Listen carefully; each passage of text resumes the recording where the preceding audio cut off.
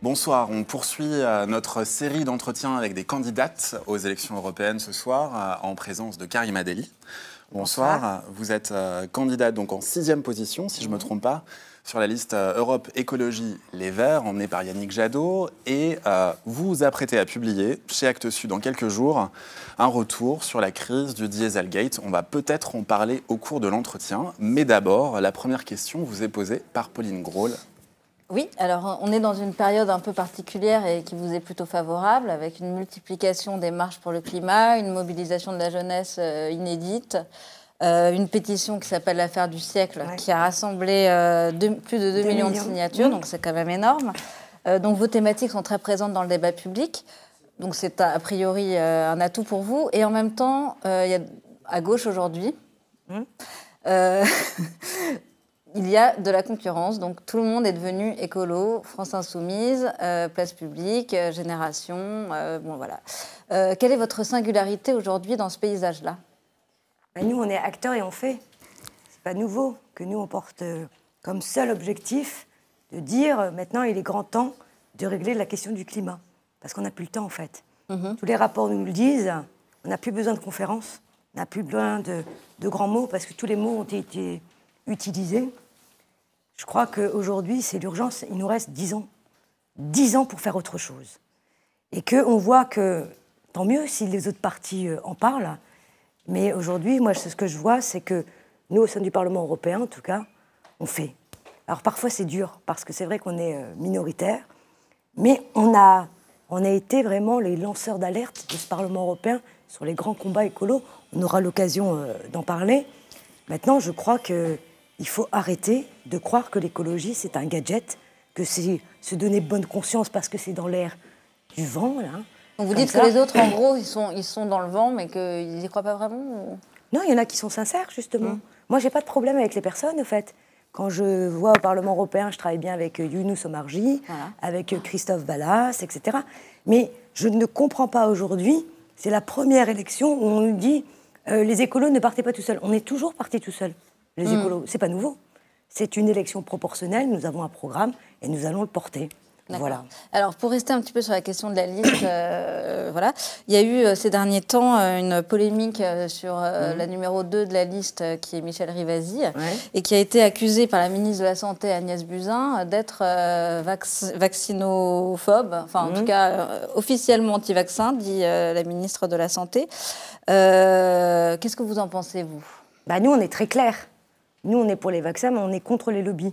Nous, ce qu'on demande aujourd'hui, c'est de la transparence. La transparence, notamment sur certains vaccins. Et comme dans l'agriculture, ou comme dans certains produits, on aime la traçabilité. Aujourd'hui, on a été très clair. On ne va pas revenir à chaque fois pour s'expliquer. Michel Rivasi aussi a été très clair. Maintenant, je pense qu'il faut passer à autre chose. Vous êtes gêné par certaines de ces déclarations, par le passé, les invitations qu'elle a pu donner au Parlement par le passé ou... Ce qui a été fait, mais en même temps, on a tous été très clairs, en fait. Le groupe des Verts est très clair sur cette question. Nous sommes pour les vaccins, mais on est contre les lobbies.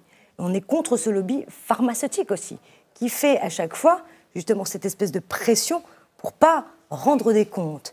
Et cette question, notamment de transparence et de traçabilité, aujourd'hui, doit être au cœur du débat, parce que c'est une question démocratique aussi. D'accord. Bon. Il y a une autre polémique qui émergé récemment. Après, on arrête. Chez Mediapart, on aime les polémiques. Non, mais en fait, en même temps, c'est dans la bouche de votre tête de liste, Yannick Jadot, qui a fait une interview au Point, et qui le 1er mars, et qui a déclaré, notamment, bien entendu que les écologistes sont pour le commerce, la libre entreprise et l'innovation. Donc ça a fait quand même tanguer en interne. David Cormand, votre secrétaire national, a rectifié le tir au Conseil fédéral le week-end dernier. Jean-Luc Mélenchon a dénoncé, lui, il a sauté sur l'occasion en disant que c'était un retour à l'écologie de marché. Est-ce que Yannick Jadot a fait une erreur de dire ça ? Non, mais moi, je crois qu'il faut cesser les faux procès sur Yannick Jadot. L'écologie n'est pas compatible avec le capitalisme financier, n'est pas compatible avec le productivisme, l'économie de marché. L'écologie, je vais vous dire ce que c'est concrètement. L'écologie, c'est justement cette volonté de montrer à quel point c'est un autre système. Le système actuel, aujourd'hui, nous tend de plus en plus à considérer les biens, notamment de la nature, les services comme tout se vend et tout s'achète. Ce n'est pas le monde des écologistes depuis toujours. Donc maintenant, il faut cesser. Moi, je cesse, en plus sur Mediapart en live, cette polémique. Et je dis juste une chose qui est importante, c'est qu'il va falloir aussi qu'on définisse réellement aujourd'hui cette philosophie aussi de l'entreprise. Qu'est-ce que c'est l'entreprise ? Voilà. Moi, quand je vois les entreprises et les petites PME, c'est aussi tout le maillage, notamment européen et français, qui font aussi les territoires. Mais qu'est-ce que c'est que ces entreprises ? Alors, regardez bien, les seuls qui ont su résister, notamment à la crise, et on n'en parle pas assez, c'est l'économie sociale et solidaire. Pourquoi ? Parce que c'est une meilleure répartition, notamment des rôles de chacun, c'est une meilleure répartition des bénéfices, mais c'est surtout le respect des valeurs humaines. Et c'est ça le but aussi des écologistes. Donc l'écologie n'est pas compatible avec le libéralisme. Ah non, mais ça, je le redis. Ah oui, d'accord. C'est incompatible. D'accord. Aussi bien avec, je le redis, parce que c'est important de le dire, avec le capitalisme, comme avec le productivisme et le consommérisme aussi à outrance, malheureusement.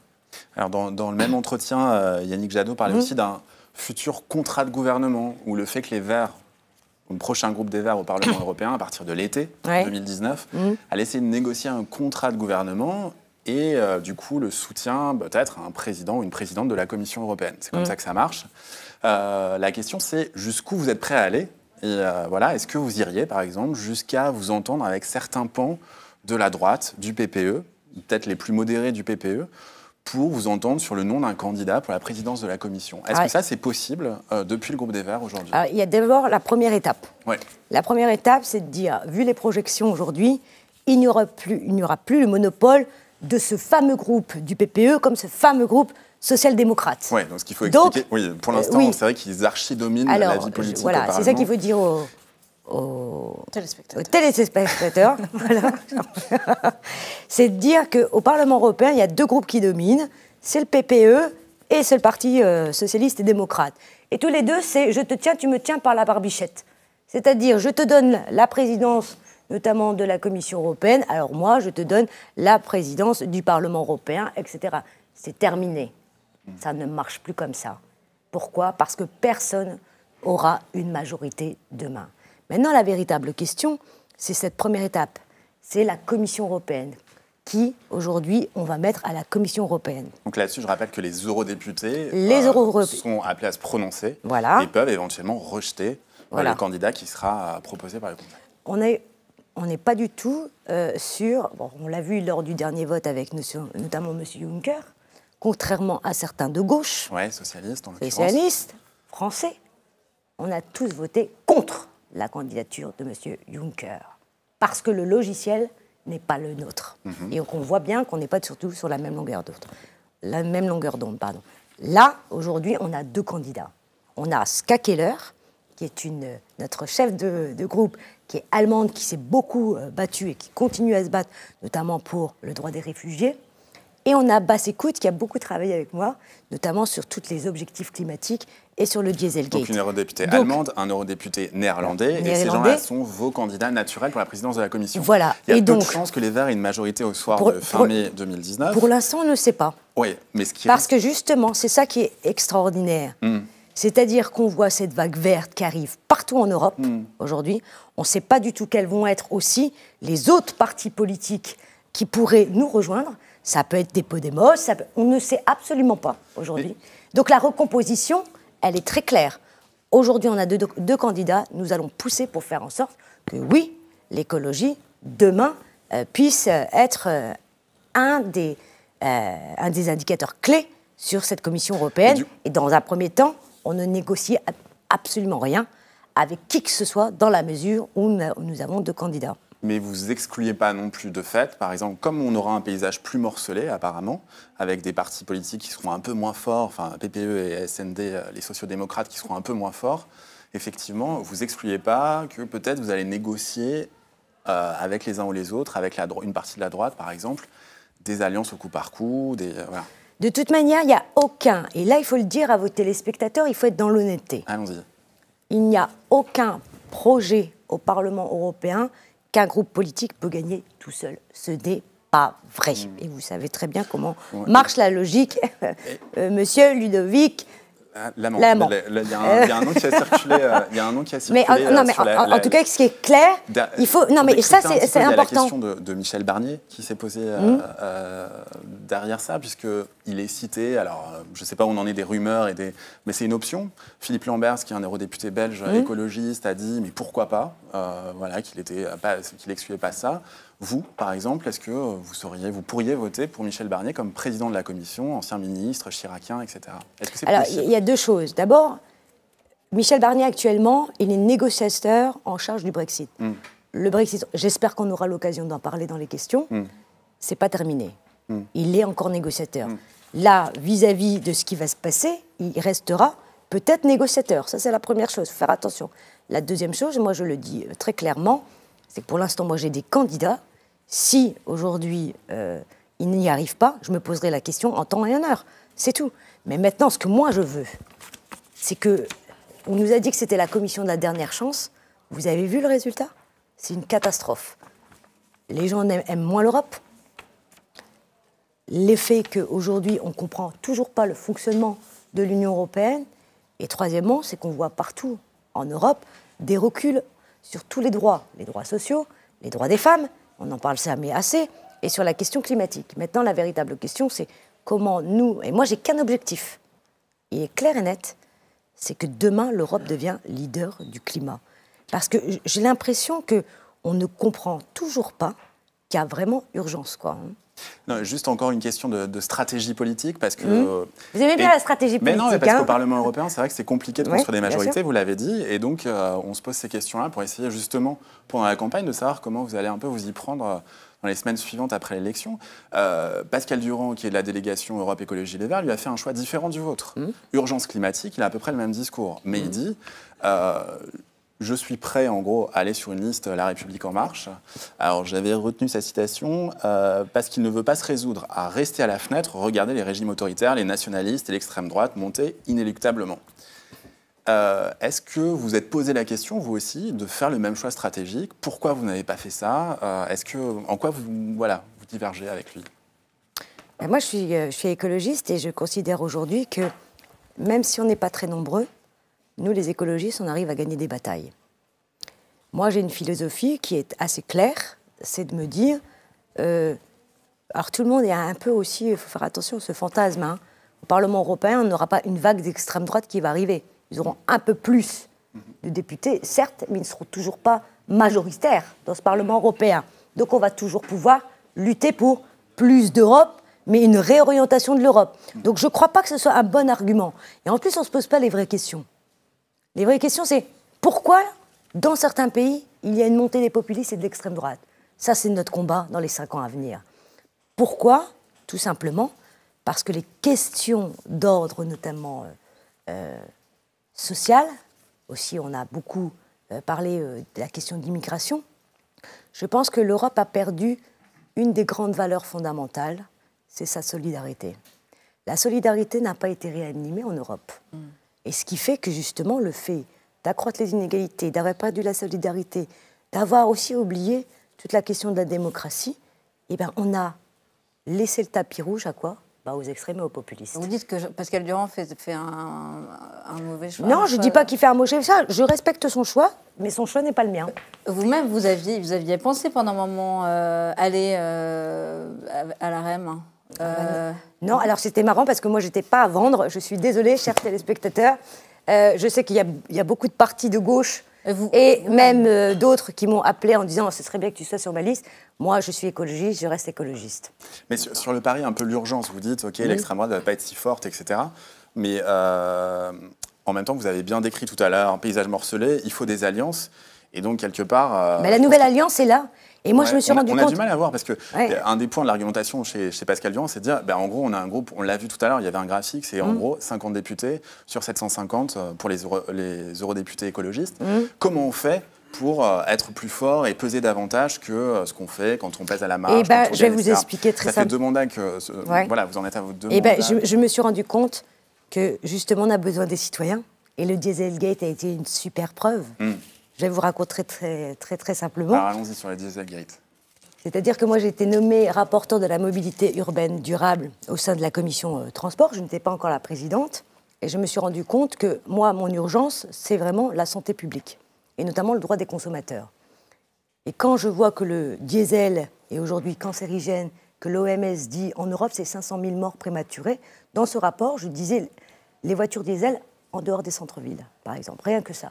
Je voyais dans ma commission, justement, une montée de boucliers d'autres parlementaires qui voulaient absolument pas sortir du diesel. Et là, j'ai commencé à voir la question des lobbies arriver. Des constructeurs automobiles. On me disait, mais Madame Dely, le diesel propre, vous savez ce que ça veut dire? Et moi, je ne vais pas choisir entre la peste et le choléra. Lorsqu'on a du diesel, ce sont des particules, notamment de NOx, qui infiltrent notamment vos bronches, et c'est tellement petit que malheureusement, ça crée justement des morts prématurées. Morts prématurées, ça veut dire quoi concrètement? C'est des drames humains. Et moi, sur ça, je ne rigole pas. La deuxième chose, je me suis dit, mais comment faire? Le rapport a pris du temps. Septembre 2015, qu'est-ce qui se passe? Volkswagen est pris la main dans le sac. Pourquoi? Parce qu'il trichait, notamment avec la norme de 2007, la norme Euro 6, qui limitait notamment le NOx. Mais tout de suite, qu'est-ce que je fais? Je demande une commission d'enquête parlementaire pour faire la transparence sur toute cette fraude. Il n'y avait pas eu de commission d'enquête au Parlement européen depuis 16 ans.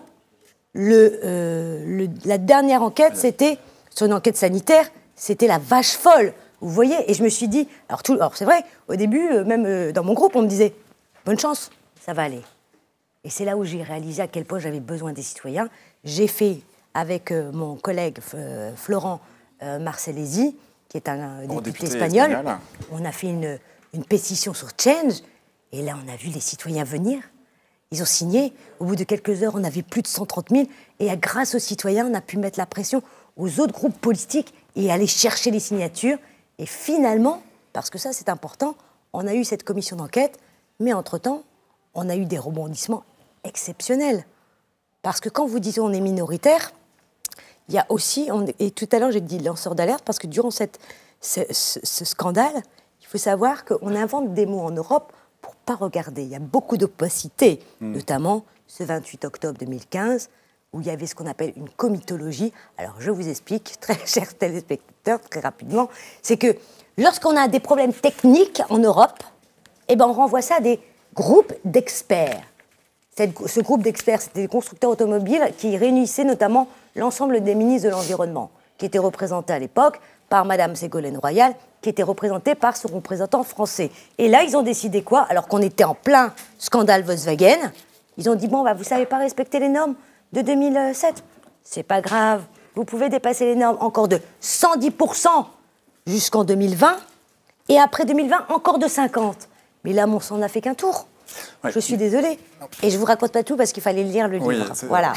Mais par exemple, sur cet exemple-là, vous dites... OK, on est minoritaire, mais on est lanceur d'alerte, etc. Et en même mais temps, on a gagné des choses. Par exemple, là, sur la comitologie, on ne va pas rentrer forcément dans le détail, mais il y a tout un débat, du coup, pour rendre ces comités plus transparents. Et c'est voilà. Et on n'y est pas encore. On n'y est pas encore. Oui, et ça du coup, ça pose un peu la question de... oui, alors on lance là, vous êtes une caisse de résonance pour des contestations, vous dénoncez l'emprise des lobbies, etc. Et on réussit des choses. Comment vous faites pour avoir des majorités sur des propositions, des marges de manœuvre pour imposer des textes? C'est moins évident à trouver. C'est moins évident et en même temps, on y arrive. Par exemple, sur la transparence. Ouais. Qu'est-ce qu'on a voté il y a un mois? Allez-y. Il y a un mois, obligation pour tous les rapporteurs de publier l'ensemble de leurs rendez-vous. Obligation. Moi, je suis présidente de commission, je suis obligée désormais, mais en même temps, je le publiais sur mon agenda, de montrer tous les lobbies, les rendez-vous, etc. Tout est transparent. C'est une obligation aujourd'hui. Et ça, c'est qui l'a porté? Ce sont les écologistes. Ouais. Alors, comme vous dites... Les groupes d'experts, ce n'est pas le cas, par exemple. Comment? Les groupes d'experts dont on parlait tout à l'heure. Les groupes d'experts dans ma commission, dans la commission transport dans laquelle je suis, tous les rapports, toutes les demandes ou les études que je fais bien attention, justement, à bien séparer ces lobbies qui voudraient s'infiltrer et, justement, les écolos, ils sont là aussi pour faire en sorte que ce n'est pas les lobbies qui font la loi. Et ça, c'est notre mot d'ordre. Parce que derrière, justement, si on veut réconcilier les citoyens avec l'Europe, Bruxelles doit arrêter d'être la deuxième place des lobbies. Et ensuite, il faut faire attention à ce qu'on appelle lobby. Parce que là aussi, il faut l'expliquer à nos téléspectateurs. J'ai du mal avec vous, là, aujourd'hui. Hein, et c'est vraiment de montrer qu'un lobby travaille pour ses intérêts privés. Mais il y a d'autres lobbies qui travaillent pour l'intérêt général. Par exemple, Greenpeace, par exemple, les ONG comme Réseau Action pour le Climat, etc., qui, elles, visent l'intérêt général. À un moment, il faut choisir son camp. Voilà. Donc là, on parle un peu des marges de manœuvre qu'on peut avoir au sein du Parlement européen. Il me semble que Yannick Jadot a parlé de l'idée, on parlait tout à l'heure avec Manon Aubry du rapport au traité. Il me semble que Yannick Jadot a soumis l'idée de faire un nouveau traité écologique. Alors, qu'est-ce que ça serait et comment est-ce que vous vous y prendriez ? Très simplement, je crois que ce traité écolo doit partir du bas. C'est-à-dire qu'en France, par exemple, la question européenne s'est arrêtée en 2005. C'est vrai, hein ? Le dernier grand débat qui a fait de l'émulsion... Il y a eu des consultations citoyennes organisées par Emmanuel Macron il y a sur changement d'heure. Voilà, mais bon, allez, on passe, d'accord mais... Vous n'avez pas toujours été si critique sur les consultations citoyennes ? Non, mais moi, tout ce qui est débat, je suis pour. Oui. Mais maintenant, c'est l'objectif derrière. Qu'est-ce qu'on en fait ? Là, si on dit, maintenant, tous ensemble, c'est quel est le traité selon vos besoins ? Comment on fait aussi pour parler d'Europe ? Parce que là aussi, c'est un scandale. Moi, je ne peux pas être sur tous les plateaux télé. Pourquoi ? Parce que si on est le premier groupe où il n'y a pas d'absent. On est le meilleur, on est tout le temps à Bruxelles. On ne peut pas être à Bruxelles et sur les plateaux télé. Mais au-delà de ça, vous avez l'impression qu'il y a une majorité, là, en ce moment, une envie d'un nouveau traité européen dans la population. Moi, je crois que les Français, aujourd'hui, aspirent à vraiment, et là, on le voit bien, ils aspirent à plus d'écologie. Vous avez parlé des jeunes dans la rue qui se montent partout, pas seulement en Europe, hein, mais dans le monde. Mais qu'est-ce qu'ils nous disent, la jeunesse ? Ils ne nous disent pas qu'on leur dise bravo et merci pour votre mobilisation. Ils disent on a besoin d'agir. Et je pense qu'aujourd'hui, c'est ça qui est extraordinaire. C'est que la population française est en train, sans le savoir, de dessiner la société écolo. Quand je dis souvent un autre monde est possible, mais un autre monde est en train déjà de se faire sous nos yeux. Il y a énormément d'initiatives écolo qui se font à l'échelle des territoires. Il y a énormément de gens qui veulent faire, qui veulent bien faire. C'est tous ces sentinelles qui veulent montrer que, l'écologie, c'est sympa, qu'on peut être dans un projet enthousiasmant. 2, et c'est la question de la justice sociale, ça doit être accessible à tout le monde. Et c'est là l'enjeu de demain. Parce que moi, je peux vous dire, je viens du Nord-Pas-de-Calais, j'ai un père ouvrier, quand depuis petite, on me dit non, mais l'écologie, c'est pour les bobos. C'est pas vrai. L'écologie, c'est pour tout le monde et d'abord pour les classes populaires. Pourquoi ? Parce que c'est elles qui vont subir en premier le réchauffement climatique. C'est elles qui subissent les plus grands drames, notamment écologiques. On a vu chez moi avec l'amiante. On voit notamment, regardez AZF. C'était qui AZF ? C'était des quartiers populaires. Donc maintenant, il faut montrer à quel point justice environnementale, justice sociale, c'est le même combat. Ça tombe bien parce que moi, depuis le début que je me suis engagée, c'est ce combat-là que je tiens. Et peut-être juste sur cette histoire de réforme des traités que vous défendez encore. Alors, il faut faire attention. Non, mais attention. Il faut faire attention parce que moi, j'entends aussi certains dire on va changer les traités. Il faut faire attention parce que là aussi, on doit. Là, vous nous dites un nouveau traité. Oui. Non, mais changer les traités, c'est pas faire un nouveau traité. Un nouveau traité, c'est d'abord partir du bas pour voir quelles sont les idées pour justement faire en sorte que cet accord de Paris, on le tienne. Une vraie feuille de route. Là, quand j'entends certains dire non, il faut changer les traités, sinon on ne fait rien. Non, c'est un peu ce qu'ils disent. Ouais, mais attendez. S'ils n'arrivent pas à changer les traités tout seuls, qu'est-ce qu'ils font ? C'est ça qu'il faut dire. Ils sortent de l'Europe ou ils ne sortent pas de l'Europe ? Moi, j'aimerais bien qu'on me le dise, au fait. Parce que moi aussi, je peux faire des grandes phrases, mais concrètement, ça veut dire quoi ? Deuxièmement, il faut arrêter de croire que ce n'est pas parce qu'on ne change pas les traités qu'on ne peut pas changer les choses. On a vu sur la directive des travailleurs détachés, ça a été dur, et en même temps, on est arrivé quand même à un accord. On ne va pas assez loin. Mais dans la directive des travailleurs détachés, c'est un premier pas de l'Europe sociale qui dit travail égal, salaire égal. Qu'est-ce qu'on dit également ? On ne parle plus de salaire, on parle de rémunération. La rémunération, obligation pour tous les salariés d'avoir un salaire minimum, d'avoir notamment la prise en compte de leurs frais de logement, de transport, etc., etc. c'est des avancées, c'est des millions de personnes derrière. Ça, vous êtes raccord avec Emmanuel Macron qui fait aussi la promotion de cette non, accord avec les détachés? Non, alors je suis un peu fâchée avec notamment Emmanuel Macron parce que je suis présidente de la commission transport et on m'a sorti quoi? On m'a sorti le plus gros secteur de travailleurs détachés, notamment les transports. Sous le dos de quoi? On a dit d'accord, mais sans les transports, pour faire plaisir aux pays de l'Est et notamment à l'Espagne. Sinon, il n'y avait pas d'accord, en fait. Et sinon, il n'y avait pas d'accord. Et c'est là où moi, je récupère la partie transport, et là, je vois les fractures. On va y arriver. Mais il faut aussi faire en sorte que l'Europe sociale aille vite.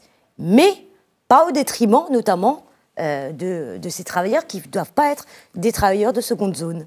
Peut-être juste une petite dernière question d'actualité. Brexit, on n'en a pas encore parlé. Ah oui, c'est un... alors effectivement, vous êtes, on ne l'a pas dit exactement, vous présidez la commission transport à l'intérieur du Parlement européen. Donc effectivement, la question des ports est décisive aussi dans le cas d'un Brexit sans accord. Là encore, il y a cette histoire du report qui n'est toujours pas claire sur 30 juin, fin des élections. Vous, par exemple, c'est quoi votre position sur est-ce qu'il faut donner un report? Est-ce qu'il faut, qu'est-ce que vous dites? Je veux bien donner un report s'ils nous disent concrètement ce qu'ils veulent. Aujourd'hui, ils ne savent pas. Premier problème. Deuxième problème, on a anticipé. Quand je suis arrivée là, à la tête de la commission de transport, j'ai tout de suite anticipé le Brexit. J'étais la première commission qui a été interrogée tous les volets des transports, le secteur maritime, l'aviation, le ferroviaire, parce qu'il y a le tunnel, l'Eurostar, etc. Comment on gère? Premier volet, c'était le maritime. Pourquoi? Parce que s'ils sortent de l'Europe, c'est un pays tiers. Donc l'ensemble des marchandises, la Commission européenne avait dit, l'ensemble des marchandises vont aller à Rotterdam, Anvers et Zeebrugge. Pourquoi? Parce que ce sont des ports internationaux qui sont équipés en douane, en vétérinaire et en contrôle sanitaire. Ça veut dire que nos ports, qui dépendent énormément de la flotte et des flux avec notamment le Royaume-Uni et l'Irlande, supprimés. Ça veut dire, je crois, près de 18 000 personnes sous le carreau. Hors de question. Je me suis battue pour que Calais, Dunkerque, Le Havre, les ports bretons, etc., restent dans ce fameux corridor. Ça, c'est la première chose. La deuxième chose, je me suis battue pour un filet financier, parce qu'on ne le dit pas assez, ça coûte énormément d'argent d'équiper nos ports en douaniers, en sanitaire, en contrôle vétérinaire. C'est la troisième chose. Et la quatrième chose qui est importante, et là je le réclame depuis longtemps, c'est que nos territoires, les Hauts-de-France, les régions qui ont, même la Bretagne, qui ont déjà subi des... moi je le vois, on a subi quand même une crise industrielle, nous, les Hauts-de-France. Et aujourd'hui, alors qu'on n'a pas voté le Brexit, on vivrait encore les conséquences. C'est pour ça que je me bats, personne n'en parle, mais pour un fonds d'urgence, notamment sur les conséquences du Brexit. Parce que la France va jouer les premiers rôles. On va subir économiquement. Donc je veux que ce soit la solidarité européenne qui soit justement là, sur nos territoires. Ça, c'est la première chose. Mais donc, non, mais juste sur le délai, parce qu'on a bien compris qu'il y a des mesures qui sont prévues en cas de no deal ou pas, etc. Mais vous dites qu'il faut tout faire pour éviter le no deal, donc un délai ou pas de délai? Là, de toute manière, ils ne sont pas d'accord avec l'accord. Mais je pense qu'il faut dire la vérité à vos téléspectateurs. Qu'est-ce qui bloque dans l'accord?